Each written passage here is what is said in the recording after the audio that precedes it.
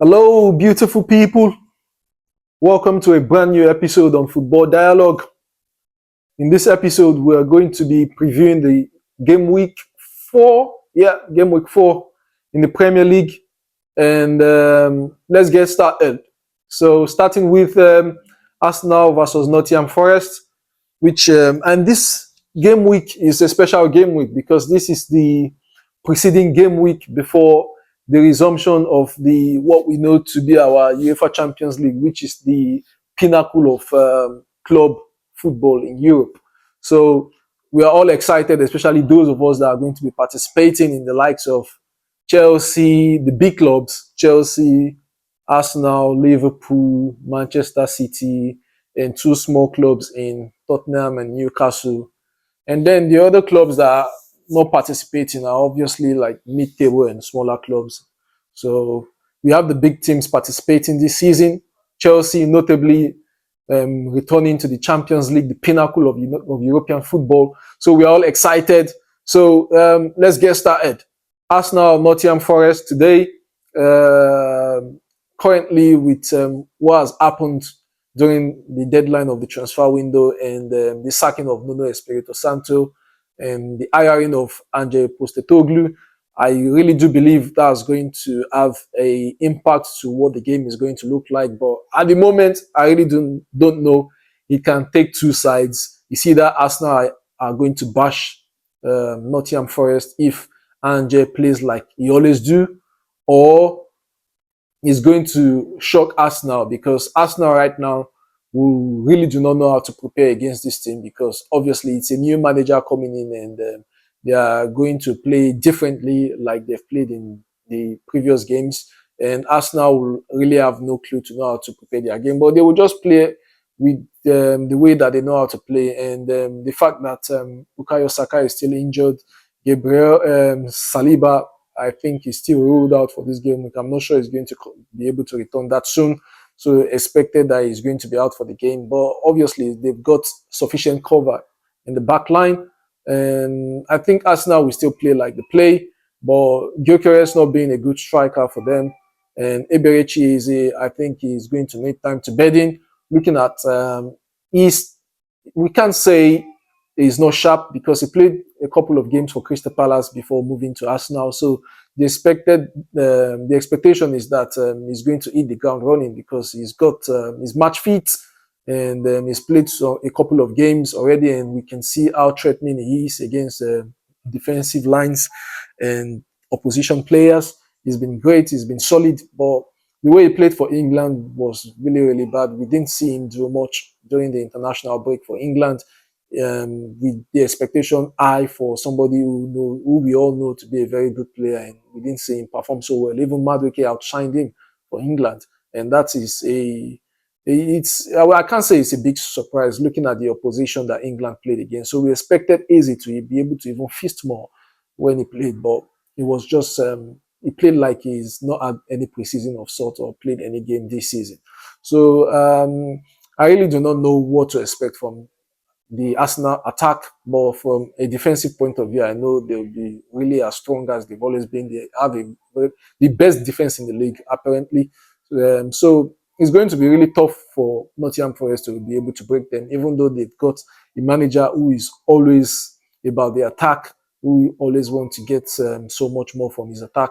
So, and Nottingham Forest bringing in so many players so as well, and losing Elanga to Newcastle, and the fact that they were not even able to get a goal against West Ham in the last game. But that's a different manager.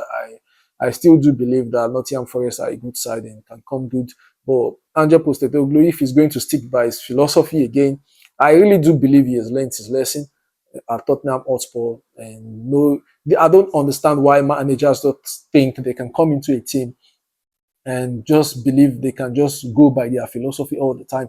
You're coming into a team, and if they don't have the profile of player, if they don't have the resource that you need to work with to be able to get the result that you desire, you have to be able to adapt to the current resources that the football club has got and be able to work things out, because that's the point of hiring you, to be able to create that balance and to be able to give them a pathway for improvement.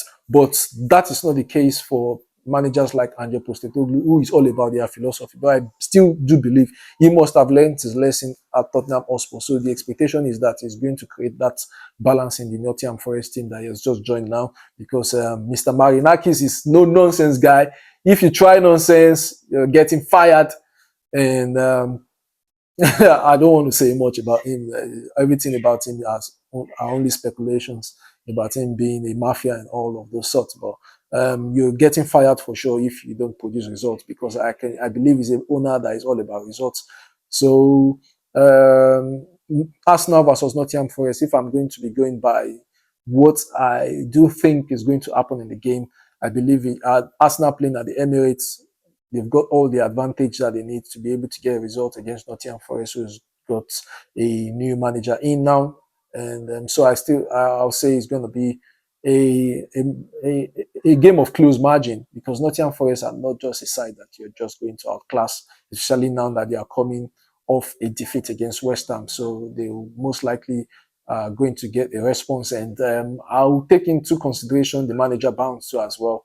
So I'll say it's going to be a tight game. So 2-1 to Arsenal. Arsenal winning it by 2-1. So next one, Bournemouth and Brighton. This is going to be a good game. Two good managers, two good clubs, two good, great level of players that they have for the type of club that they are. And we are going to see beautiful brand of football being played on the pitch. So Bournemouth, Brighton, I want to watch this game. And my prediction is going to be easy for this game, because I expect both teams to get goals. And Bournemouth being at home, it's going to be to their advantage. They are really a strong side. But I would say 2-2 for this game. Bournemouth, Brighton, 2-2 draw. Next one, Crystal Palace, Sunderland. Another tough game. Sunderland are a good team. I've always said that. And Crystal Palace, they've gotten a couple of players. They have one of the best managers in the league, in Oliver Glasner. They've gotten Uche Crisantos in. They've gotten Jeremy Pino. And they brought in one more player apart from those two in the transfer market this season. Who did they buy apart from? I can't remember. But I believe those players are going to strengthen them. Okay, yeah, they brought in a defender. What's his name? From Toulouse, yeah, from France. I can't remember his name, but he's supposed to be the replacement for Gay, but Oliver Glasner did not accept that. He wanted a better player. He wanted a better player to be the replacement for Gay. So they stuck with not selling Gay to Liverpool, and Gay is still on the team. So it means that they've just lost only one key player. But now Sa is injured, so he's most likely not going to play the game, and that's going to be a very notable miss for Crystal Palace, because Sa is a very key player to the way that they play, in the way that they attack. And so it's going to be a tough game. But Crystal Palace being at Selhurst Park and Sunderland traveling away from home, they haven't had a good result away from home. They've not won any points away from home. And this might be a theme for them this season. Stadium of Light is going to be able to give them the spark that they need to get results. But traveling away from home, they have to find a way to be able to get results when they go away from home. But it's just early in the season, so not much I can say on that. So I would say Crystal Palace, Sunderland. Crystal Palace are going to win the game. 2-0 to Crystal Palace. I don't see Sunderland scoring, because Crystal Palace defense is really good. They've got Munoz, they've got Gay, they've got Lacroix, they've got this guy with so much air as well. I can't remember his name. They've got Michel. So really decent at the back end. They've got a good manager. So he just makes things right every single time that he sets up his team. So I think they will be able to keep a clean sheet, and playing at home, they'll get the goals that they need against Sunderland. So 2-0 to Crystal Palace. Next one, Everton versus Aston Villa. That's going to be a good game to watch too as well. Aston Villa now, after all the signings that you do during the deadline and bringing in from Liverpool, you brought in what's this guy's name? Harvey Elliott from Liverpool. Good signing for Liverpool. They brought in Jadon Sancho. They brought in. They have Rogers. They have Watkins. You know, they've made some decent signing at Aston Villa, and I think it's about time that they get a good point. But unfortunately, they are going to Everton at Il Dickinson Stadium, that has given them the results that they need. So, and Everton are looking like a good side. They've got a good manager who understands the league very well, and he's going to just.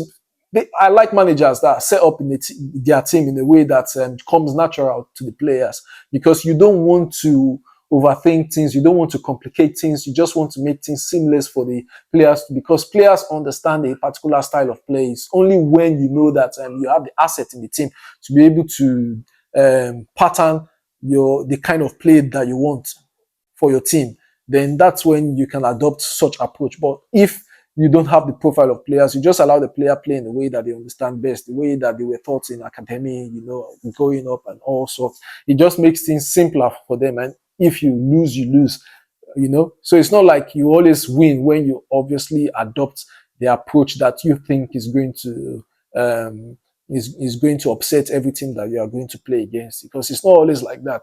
So football is a game between two oppositions wanting to get a win, wanting to get the best out of the game.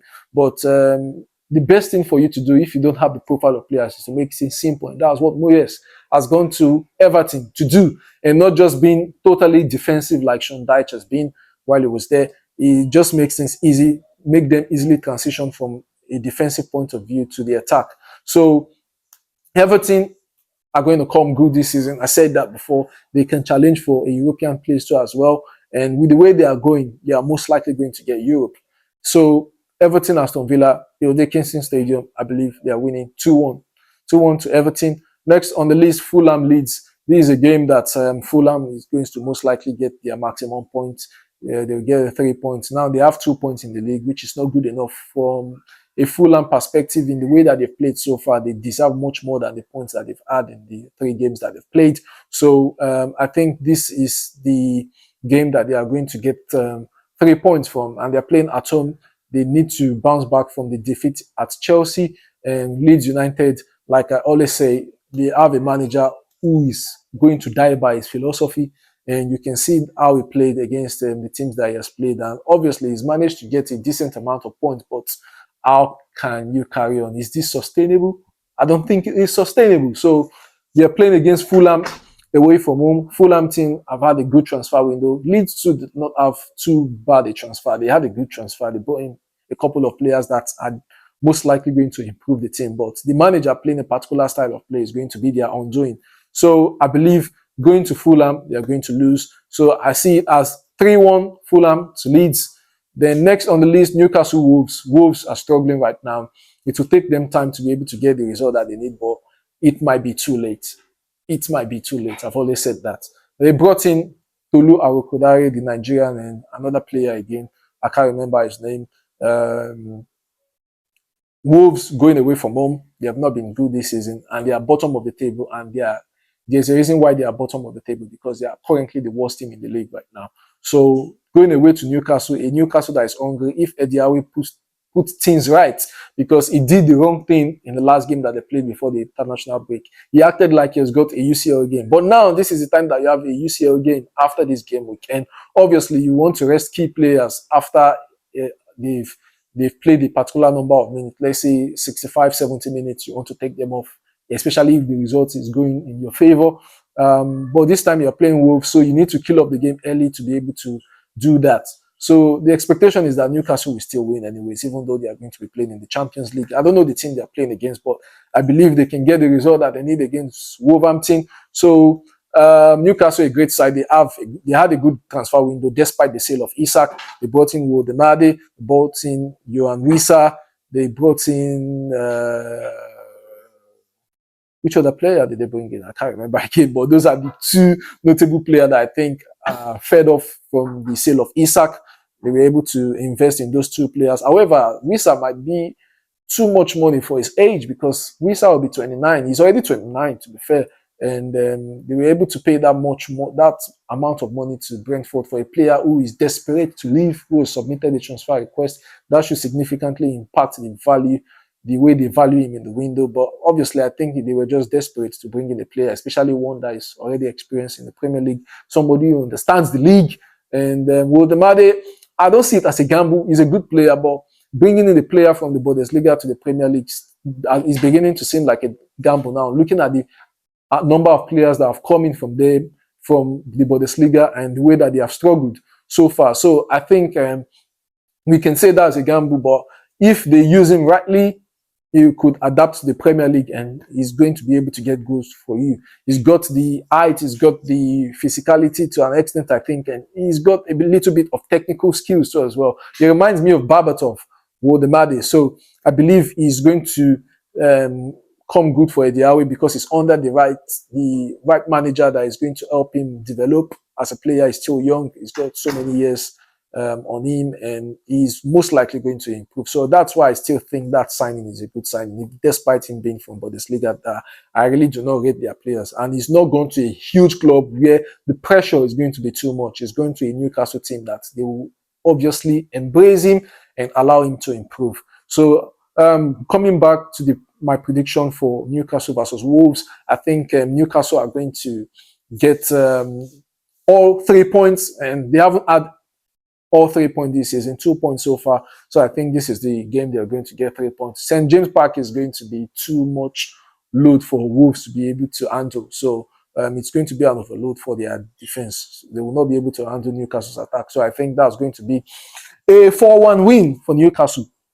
Next one, West Ham versus Spurs. London derby is going to be a tough game. West Ham are looking to come into shape now, and the win against Nottingham Forest away from home is going to be able to give them the vibes, the motivation, the confidence that they need as a team. And looking at the squad that they've got, it's not bad for a team that should be this kind of squad that they have should not be battling against relegation right now. They should be battling to finish at least in the bottom of the top half or the top of the bottom half. So, but looking at what West Ham is doing right now and the manager that they have, if they eventually, maybe at some point, they might sack Graham Potter if they do think that they should be getting better results than they are doing now. But coming from the result that they've had a win, and Spurs have had a loss, and Spurs are going to West Ham, the Olympic Stadium, to play now. I think it's going to be a tight game. Being a London derby, it's going to be a tight game. So I see it as a draw. I'll say West Ham, Tottenham Hotspur is going to be a draw. 1-1 for me. Next one, Brentford versus Chelsea. Chelsea going away from home to Brentford. This is my team, Chelsea. Chelsea Football Club. We are going to get maximum point at Brentford. I'm not being biased because it's my team. It's because looking at what we've played and the players that we have available, I don't know if Cole Palmer is back, but I believe he should be back for this week. And looking at the trends, him having a haircut and the noise about him being a training, but them not wanting to reveal the pictures to us. So I really do think Cole Palmer is back. But Cole Palmer might not essentially be match fit as we want him to be, but we already have other ammunitions in our squad to be able to get us the victory that we need against Brentford. And Brentford being a team that is still struggling, new manager, so many players that have come in, lost so many key players too as well.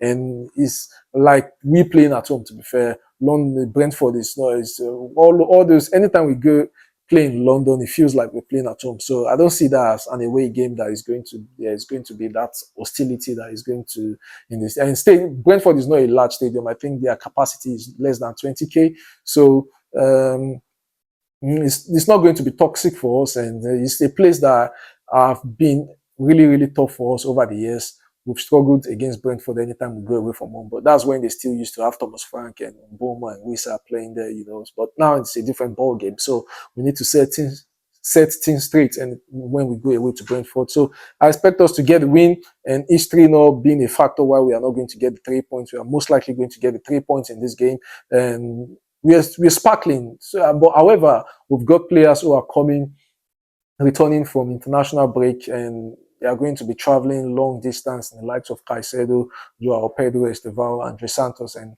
that might affect the team to an extent. But I still see that not being sufficient enough to hold us back from getting the 3 points. So my prediction would not be exaggerated. I see us winning anyways, but I'll leave it at us winning.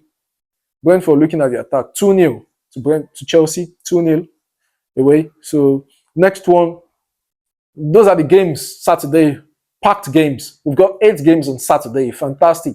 For everybody is going to be on their TV, relaxing at home, Saturday is a perfect day to do that, especially when you're a football fan, because loads of game for you to watch. And then the coming week is Champions League. So it's a week that we have been anticipating, especially if you're a Chelsea fan and a fan whose nation is going to go to the World Cup, like Nigeria now. It doesn't seem like we'll make it to the World Cup, unfortunately.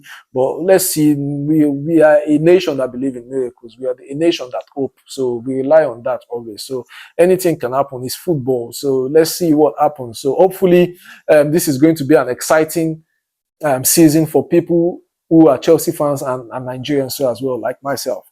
So next one on the list, Sunday games. We've got two games playing: Burnley versus Liverpool and the Manchester Derby. The Super Sunday Manchester Derby, but not really super, because Manchester United are no longer the big team that they are. But let's start in orderly manner. Burnley and Liverpool. Burnley struggling this season. Liverpool super season, maximum number of points they've had, and they've added Isak again to the mix. That's a firepower for them, a serious firepower, and that can actually get them to get not just win the league, maybe even win the Champions League too as well. So, but let's see. It's a long season, and there are so many dramas that can happen. Injuries, key injuries to notable players. Salah going for AFCON, and things like this can really cause that dynamic that we need to be able to turn things to another side in the season. So let's see what this season holds for us. But going by what it is now, Burnley versus Liverpool, with what Liverpool are doing right now, Szoboszlai has been a fantastic player. That guy is going to really put Liverpool where they want to be this season. And Salah has not really sparkled like we expected him to this season yet. But when he gets going, he gets going. You can't stop. Goal or assist every single game when he gets going. So Salah against Burnley, tough one for Burnley, because I don't think they'll be able to handle all the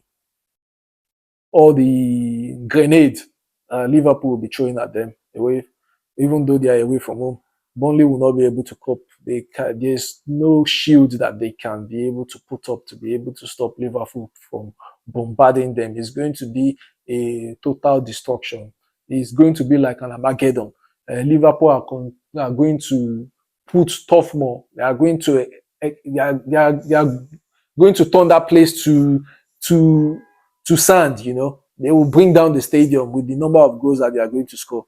From my own perspective, I don't know what you're thinking, because Burnley have not got a great defense to prevent them from doing what they want to do tomorrow. So it can be a tennis score. So, but I would be,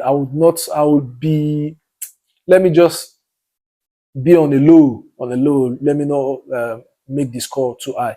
So my prediction tomorrow, 5-0, Liverpool, Burnley. They are beating Burnley 5-0. So on Sunday rather. So next one, Manchester City versus Manchester United, Manchester Derby, two Manchester teams that are struggling with football. Manchester City having the squad, they have a good squad, they have a good team, but they haven't been able to put things together. They've lost key players that have been able to carry the team for years, in the like of Kevin De Bruyne, and now Gundogan has left for Turkey. Foden, we don't know where he is. We don't know. Maybe he's been kidnapped. And who else again? Mamouche now is injured. We have Ryan Cherki not sparkling enough. Reinders still gelling into the team. Rodri not the player that we know him to be. So many things are not going right for Manchester City. Ait Nouri just bedding into the team, and obviously he can't give them that defensive cover. Vardio is injured.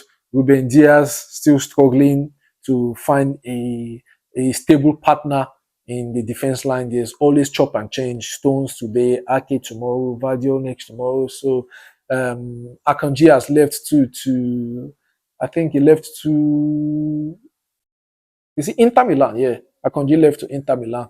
So right back, Lewis, the young boy. We've got Matt O'Reilly got in the full back role as well. Like, so many things are not just going right for Manchester City at the moment. And that's why I believe this season might be the season they're restored, because they're in the Champions League again as well. So it's a game that can go either ways. Manchester United can beat them the way that we play, but Man U, Cunha is injured. But Man U always know how to get a result against big side. You see the way that they played against Arsenal. Arsenal needed to beg for, Raya had to make so many saves for them to be able to go away with 3 points, even though it was not deserving. They needed to have at least gotten, Man U needed to have gotten at least a point from that game, but they happened to got no, but they got no points. So this can be like a similar game to the game that they had against Arsenal. Manchester City, if they did not watch their back, is going to be another point thrown away again, and it is going to leave them on 3 points, and there will be question mark for Pep Guardiola if he loses this game to Manchester United, because it's a Manchester United team that are struggling to as well, and you are playing at home. So there are no excuses. There is no excuse from Pep Guardiola if he loses this game, but it's something that can happen. So I'll just be very neutral in the game. I just want to see what will happen. If Manchester City lost, I really want to see the reaction from their fans against Pep Guardiola, and how he has been able to galvanize the team this season. And Man U as well, the impact of the absence of Cunha in the team, and let's see what Mbomo can be able to orchestrate for them. Bruno, obviously, we know now is playing deep, but I guess with the absence of Cunha, what's his name? Amorim might be able to push Bruno forward again to give them the firepower that they need in the attack. So let's see what's going to happen. It might be something that is going to help Manchester United to get the points, because right now pushing Bruno forward is an advantage to Manchester United. That's what Amorim is never aware of. But he might just be fortunate that Cunha injury will make him do so, because Bruno is the one that understands this team more than any other player. Even the ones that they've brought in understand the team better at the moment. So putting him in a place where he's not going to get the most out of him is never a good idea. So this is an opportunity now for Manchester United fans to be able to see a lively attack, and an attack that can produce goals for them. So my prediction will be 2-1 for Manchester United. I think they might beat Manchester City at the Etihad, but it's going to be a game of tight margin. So 2-1 to Arsenal. I guess that's it for today's preview of game week 4. We're all excited, all football fans around the world. We're excited for these games. And obviously, the European games are coming, both in Champions League and Europa League. We're all excited to watch these games throughout the week. So let's leave it there for now. And that's it for today, guys. Thanks all for staying tuned to watch my preview for the games. And what are your opinions? What do you guys think? Have I said it well as I should, or you think otherwise? Let me know in the comment section. See you guys for the next one, and part 2 will be about fantasy football. So fantasy fans, you all stay tuned for the next one. See you all next time. Bye for now.